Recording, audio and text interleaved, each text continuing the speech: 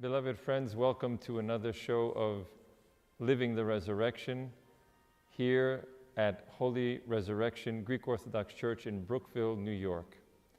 We had the first opportunity to be together after a number of months and if not year, and we discussed last time this period of the church known as the Triodion. And we looked at a number of books. We looked at the big book, as we called it, the Triodion, which goes from the Sunday of the Publican, the Pharisee, all the way to Holy and Great Saturday. And we talked about the fasting, and we talked about the preparation and the number of days, that a third of the whole year revolves around the Feast of Pascha. And that certain special, if you will, services occur within the Triodion and then Great Lent period. We talked about the Great Compline the last time, and this evening, what we want to talk about is the service of Hieretismi, or the Salutation services to the Virgin Mary.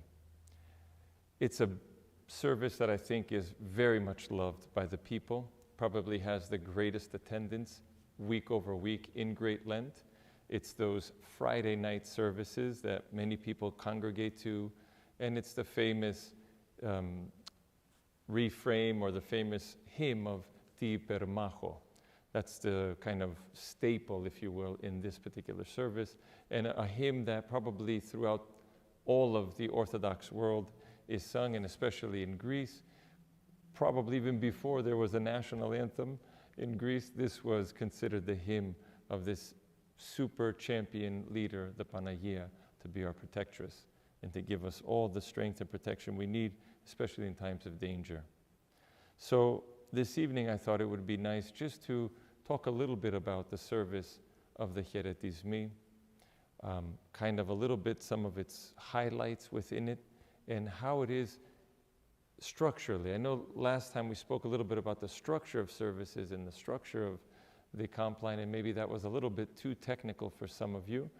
But I think it's important as we grow in our knowledge and our experience in the church and in the services that the church provides, I think it's important to look at the services and also begin to familiarize ourselves with them.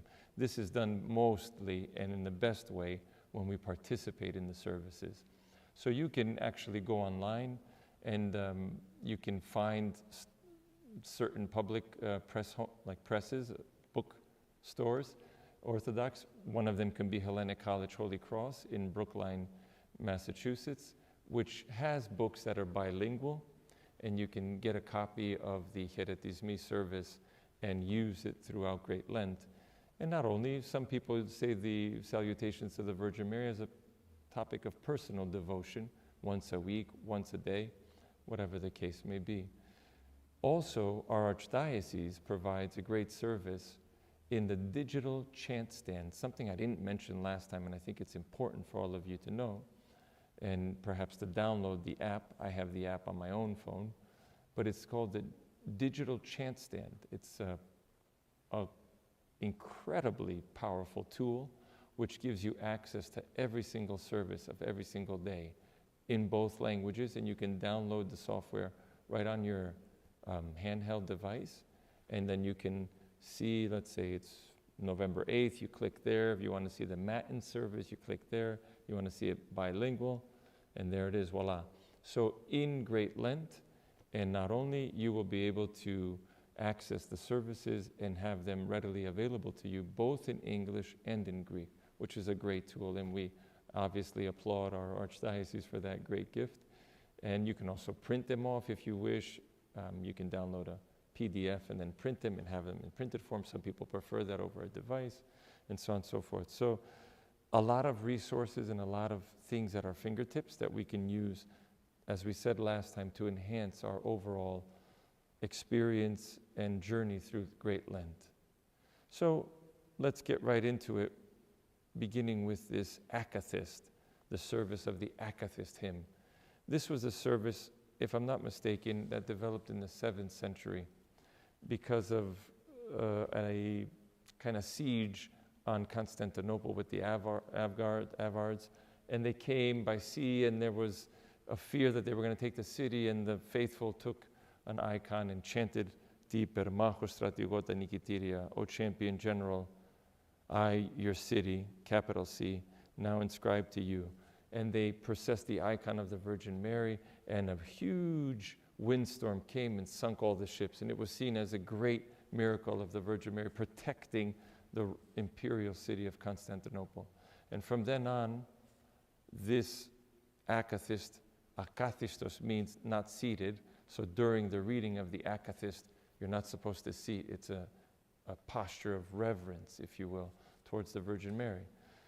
To this day, you can visit Constantinople, and it's something that we hope to do as a community here at some point in the near future, organize a trip to visit the imperial city of Constantinople, because among the many religious sites there, Hagia Sophia and the Monitis Choras, which is another beautiful little church that has incredible mosaics, is the site where this first miracle happened of Ti Permacho, and that's near Panagia Vlachernon. We can go there and see and worship and pray and receive the blessing of the holy water there and all those good things. And it would be a really nice trip. I happened to be there one year, and on the third stanza, which we'll talk about that in a second, the Ecumenical Patriarch always serves the third stanza of the Akathist on that Friday at that chapel with the faithful. And I was there one year. It was so beautiful and so moving to be in the actual space where, let's say historically at least, this would have all come to life.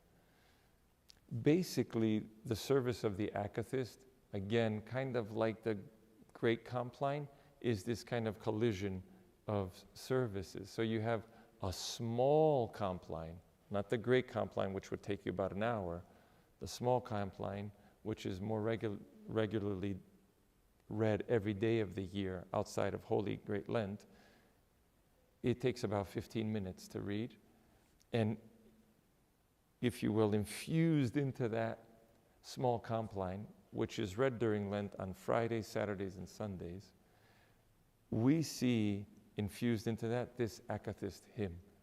And basically, it's this great offering to the Virgin Mary, these wonderful hymns and words that talk about how beautiful and how special and how exceptional this Virgin Mary is.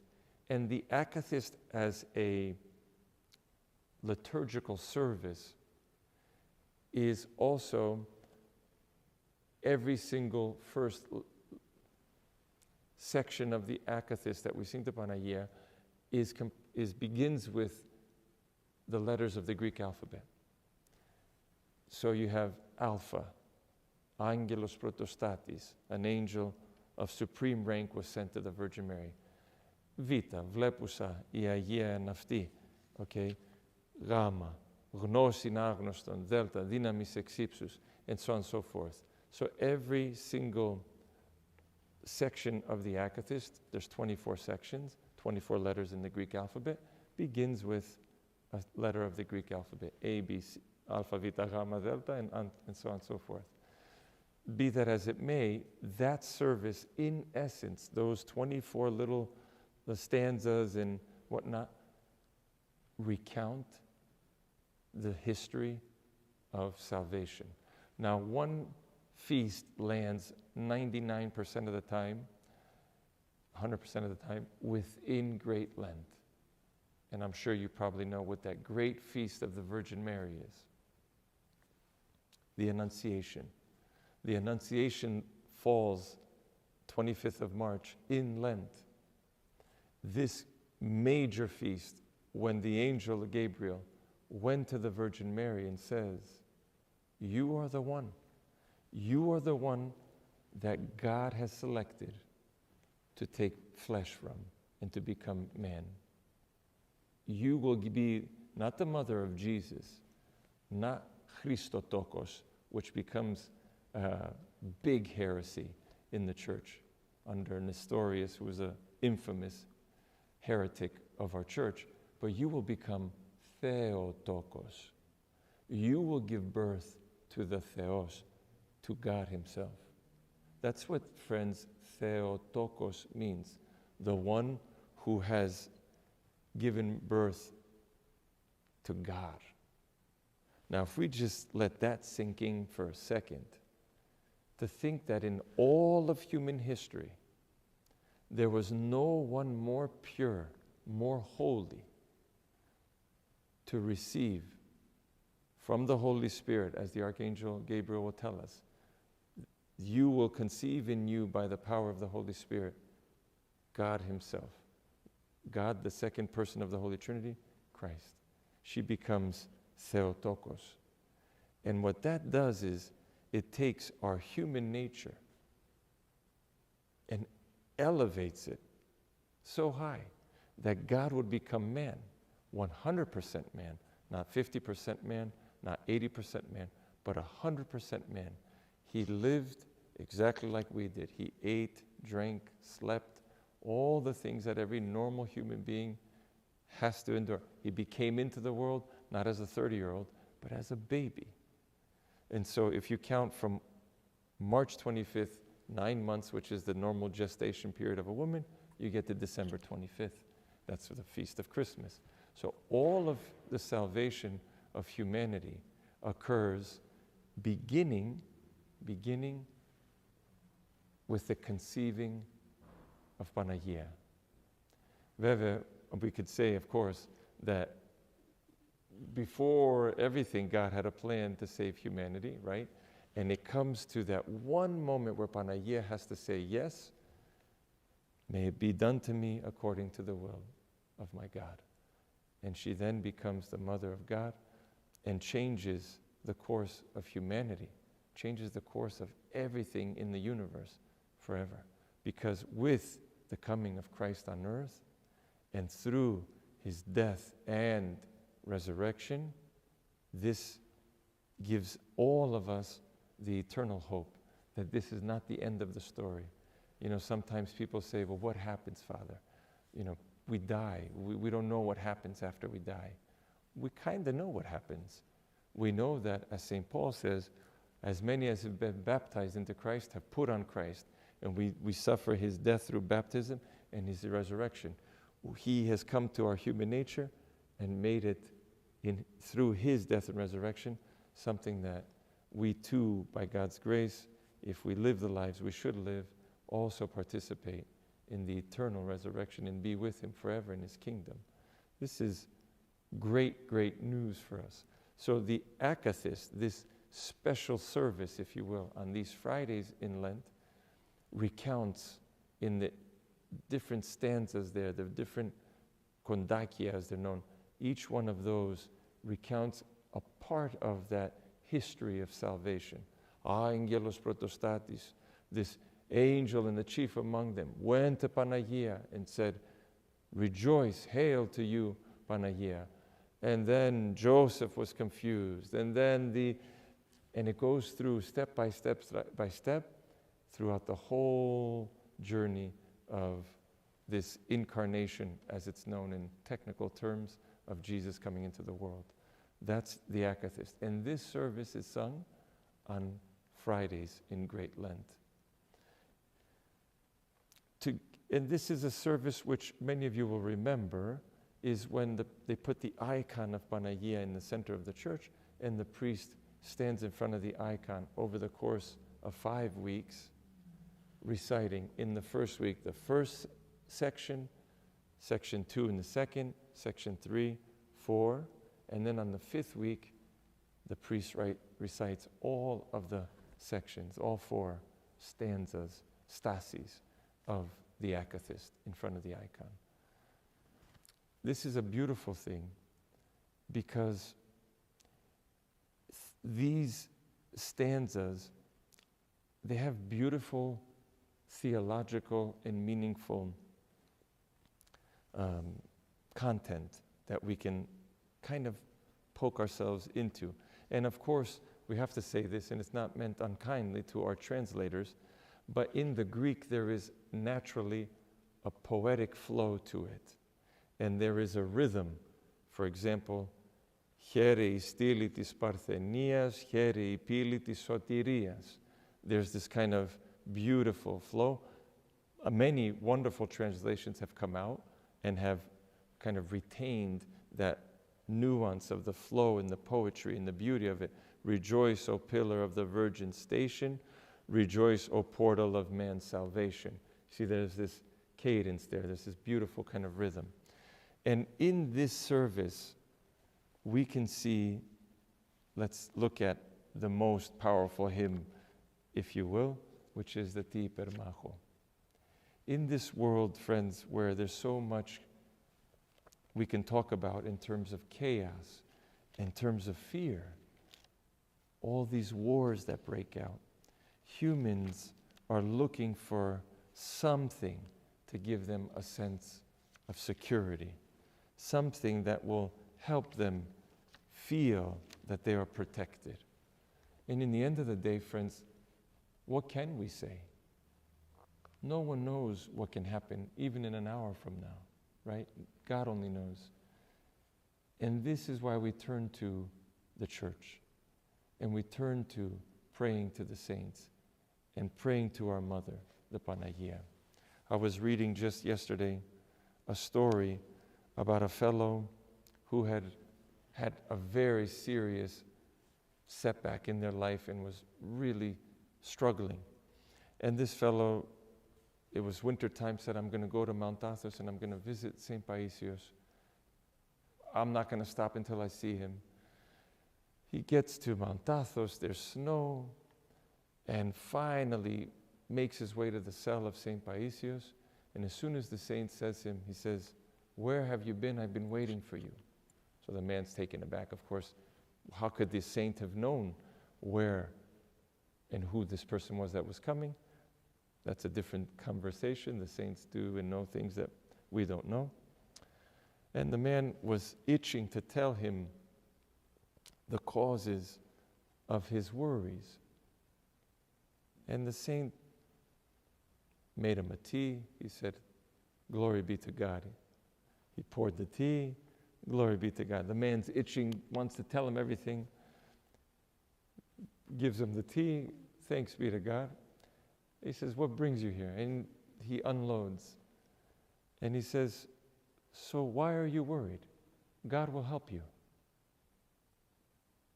The man actually confesses that he was not very amused by this answer. I mean, God's going to help me. Okay, he helped me once. Help me twice. Is he going to help me? Is he obliged to help me all the time? And the saint said, he's obliged to help you every time. Friends, we don't know why sometimes life doesn't add up. We don't know this. What we do know, though, is that God is not absent or distant from our suffering. God doesn't go on a vacation, as I like to say, from our lives. From the moment we were conceived to this moment that you're listening to this evening's broadcast, God has never taken 1 millisecond vacation from our lives. He's been with you from the beginning. And He has provided us and with wonderful help, which is the saints. And of course, how can anyone say no to their mother? Panagia. This is the power of Panagia's intercessions. This is the power of Panagia's intercessions. She is the Ti per Macho Stratigo. She is the invincible super champion general. She is the one that rescues us from terrors. She is the one that has power which can never be aprosmachiton, that can never be defeated. And she is the one ekpandion mekindinon eleftheroson. I love this phrase. I remember once this old yaya that I met in Greece, I asked her once, her name was Kitsa, a very holy person. I had asked her, Yaya Kitsa, tell me one thing you do every day. She says, every day before I begin any journey out of my home, I turn, she says, my hands to Panagia and say, Ekpandion mekindinon eleftheroson, which translate, from all kinds of perils, free me. What a beautiful phrase to use, friends, even in our own lives as we get behind the wheel of a car or we're about to leave the house and we have that little icon of Panagia by the door and we make the cross and we say, Panagia, ekpandion mekindinon eleftheroson. From all perils of all kinds, protect me, set me free from them. This is why Panagia is such a central figure in our worship. You see her on all of the iconostases in every church. She is the first thing that we say when we're in trouble, Panagiamo. It's the first thing we say because she is that mother who's all-loving and she stays there ready to assist. The other thing that's brought out in the service of this Akathist is that she's also aiparthenos, forever a virgin. And in fact, every reframe is Here nymphia nymphephthe. Rejoice, O bride unwed, or Hail, O bride unwed. She's a bride, but she's not married. And we will see in other feasts of the Panagia other references to this. She gives birth, but she's still a virgin. She didn't have a husband, yet she becomes a mother. This is the mystery of salvation, and this is the mystery of the Panagia, that she can be before birth a virgin, after birth a virgin, and forever a virgin. Ai parthenos, forever a virgin. This is very important because some of our other Christian denominations and friends, they have misunderstood the person of the Panagia. And this is definitely not in the Orthodox tradition. Panagia remains forever and ever a virgin.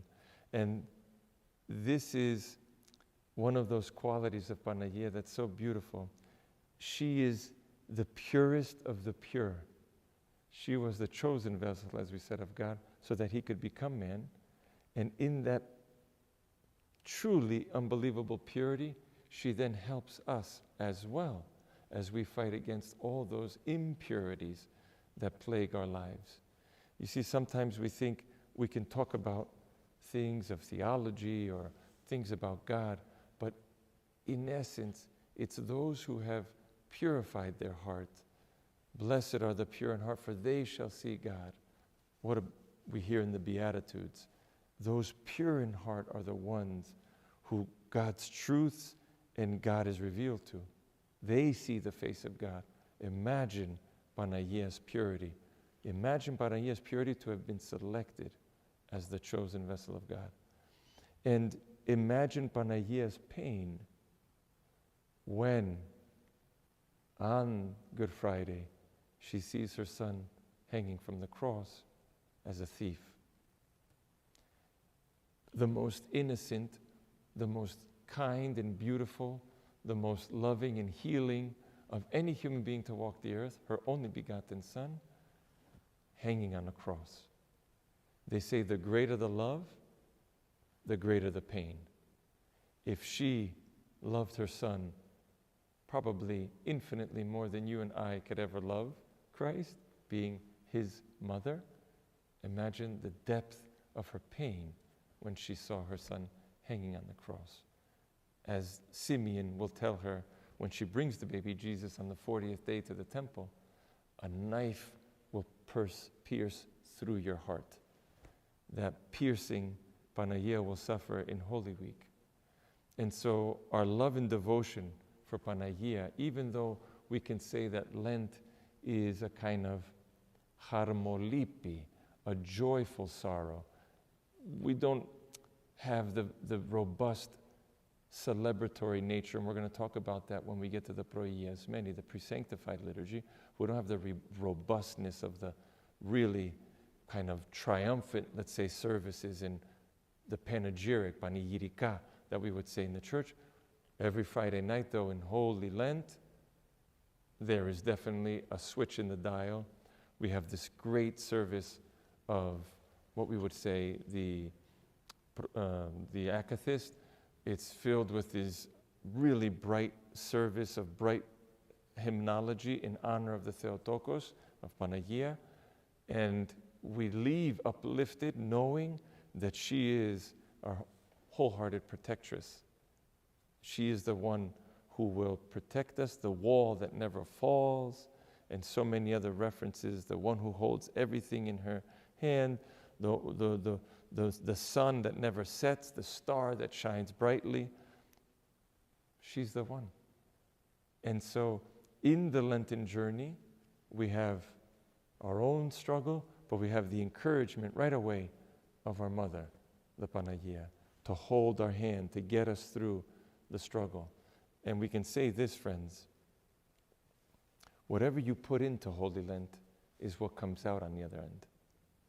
For example, if you're not fasting, if you're not attending services, if you're not trying to pray at home, if you're not conscious that we're in a different time of the year, then when Pascha comes, it's not going to be anything special to us. You see, as Christians in general, we live by contrast. We know joy because we felt deep pain in our lives. We know light because we've been in the dark at times, right? We know the light of truth that God brings to us because we've walked in the darkness of lies in our lives. We live by contrast. We know the joy of feasting, right? We eat the lamb on Pascha. I hope that's not what you reduce your whole Lenten experience to, of eating a piece of lamb. But let's say because you have fasted, you know the contrast of feasting. When it's time to eat, you say, whoa, this was fantastic. So it's the same thing with Lent. There's this harmolipi. Whatever we put in, the more we pay attention to the spiritual struggles, when Pascha comes, we'll have even more the rejoicing and the celebration and the joy of Pascha. And I'll be tempted to say that you won't even want to eat. The joy you will feel is not going to be related to anything that you can consume. But inside of you will well up this joy that only comes from Christ. Not like I can give you $1,000 and you feel joy. It's something else that's operating. So please see if you can make it an effort this Lent. If you can't make all these 3 special services, Great Compline, Pre-Sanctified, and or the Akathist, pick one. Say this year, you know what? I never went to all of the Akathists. I never went to all 5 of them. I'm going to attend all 5 of them this year. If you can't attend 5, I'm going to attend all 3, all 2. Come to one. If you've never been to one, come to one this year. Pick any service. This little effort on our side, friends, this is what's going to help us develop that, what we would say, ecclesiastical consciousness, to be aware that we enter these seasons of the year for God's grace to work in us, to develop us, to help us. No offense, again, I like to say it in church, no offense to golf, but if you watch golf for 2 hours, and if you attend a worship service for 2 hours, at the end of those 2 hours, you will feel something different. It'll be different to you, the golf experience, and it'll be different, the experience of being in worship with your brothers and sisters. So this Akathist also has, a series of odes. We talked about these last week. I won't tire you again, but it's 9 odes, which we sing some hymns to the Virgin Mary, and I'll be happy to look at a few of those because they really are really beautiful. And if you will allow me, I'd like to highlight 1 or 2 of these, which is in the spirit of how beautiful these hymns are. It says here, Rodon to amarandon. This is, sometimes you'll see icons of Panagia, Rodon to amarandon, and she's holding one of those, like a rose, the rose which never fades, the rose that never withers, This is our Panagia, that beautiful flower that eternally is blossomed and beautiful. She does not fade. Rejoice who have given birth unto the sweet apple tree. She's the one that gave birth to Christ, who all of us, as an image, will feed off of. You see, a tree never has its fruit for its own consumption. A tree produces fruit for others to enjoy, to reap and to enjoy from. And Panagia gives birth to this Christ who becomes this tree of life, giving of the sweetness of itself, right? You are an aromatic myrrh. Rejoice, O unwedded one. Anyone who begins to change their life and come closer to Christ and begins to engage with Panagia and the saints, you adapt their aromatic smell. For example, if you know anything about basil plants, right? The moment you touch a basil plant and then you smell your hand smells like the basil plant. This is a beautiful image, friends, for our spiritual lives. The moment you begin to touch these hymns, touch these services, enter the church, you are putting yourself in contact with the aroma of God's grace. You ever walk into a perfume shop, right? You don't put any of the perfume on. You just walked into the shop and you go home and somebody says, wait, you smell like, where were you? Or a coffee shop, you start smelling like coffee. I'll try to keep it on the positive side. But this is the same way with church. We don't realize, we don't have any X-ray vision to be able to see what God has done in us. But every time you come to a service, you acquire something from the service you are in and the sweetness and the beauty of that service. So if we can think of it as bookends, friends, on the beginning of the Akathist service, that Friday night service, I'm referring to it generally speaking as the Akathist. There are technical terms which each section is described. I don't want to bore you or tire you with that. You're not going to remember it probably anyway. But just as big idea, you have a great compline. Now we're talking a small compline, much shorter service. The small compline, the first section is cut out. The second section is put at the back. In between there comes and sits this Akathist service. Again, using a general term where you have the 9 nodes and then the priest singing in front of the icon. And then at the end of that comes the ending of the small compline. Kind of like the big compline, the small compline has those 2 prayers in front of the icons, and normally they're chanted and sung by the faithful. What are we going to take home from this short little presentation? We're going to remember that this service, the Akathistos, is the recounting of the salvation of humanity. From the incarnation of Christ to the end of his life, when he was at the end of his life, when ultimately we will celebrate on Pascha his resurrection. And it's this Panagia that comes in the heart of Great Lent on every Friday to click that dial for the weekend. See, every weekend is resurrectional. And then we go back into the solemnity, the charmolipi, the joyful sorrow that we live in Lent. Why is it joyful sorrow? Because even though it's very solemn and let's say minimalistic, we never lose sight of the fact that Christ is risen. We don't dive into the utter hopelessness of Lent. No. We have always one eye, as I like to say to my parish council and my friends, on the briki. Briki is the thing we make Greek coffee with. As soon as you take your eye off the briki, the coffee spills over. It's inevitable. You can't get around it. So the briki becomes Jesus Christ. Even in Great Lent, we keep one eye on Christ. Christ is risen. We know he's won the battle. We know the end of the story, so we're not worried. It's the same thing. I've used this image for comics. You know, in the comics, the superhero is at the end of the ledge. He's going to fall off, and it's going to be all over. But you've already read the end of the comic. You know he's going to live. There's another 50 comics in the series. It's the same thing with us. We know the end of the story. Christ is risen. So while we go through the solemnity and we co-suffer with Christ through the hardships of Great Lent, nonetheless, we have the joy because we know the end and we know that Christ is risen. The best way to learn these services, friends, is to come to church. As I said in the first show, as I've been saying on Sundays here in Brookville, we will have a service every single day of Lent. Every single day of Lent we have a service. Some days we have 2, and eventually in Holy Week we may have 3.